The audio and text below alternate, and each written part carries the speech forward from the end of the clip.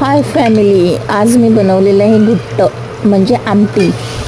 काळ्या उडदाची आमटी बनवली आहे. त्याच्यामध्ये मी अद्रक, लसूण, मिरची, कोथिंबीर, खोबरं ह्याचं मी मिक्सरला लावून चांगलं पेस्ट केलेले आहे आणि ते आता टोपामध्ये टाकून चांगलं परतून घेत आहे.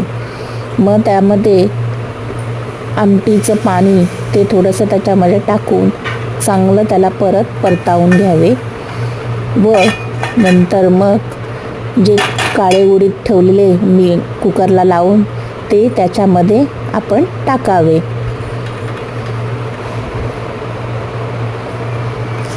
आणि मग ते परत चांगलं परतून घ्यावे आणि मग त्याच्यामध्ये राहिलेलं पाणी जे होतं आपण काळ्या उडदाचं ते पण पूर्ण पाणी आपण त्याच्यामध्ये टाकून चांगलं हलवून घ्यावे. आज काळ्या उडदाची आमटी बनवलेली आहे. कशी वाटली रेसिपी जरूर कमेंट करून सांगा. थँक्यू, धन्यवाद.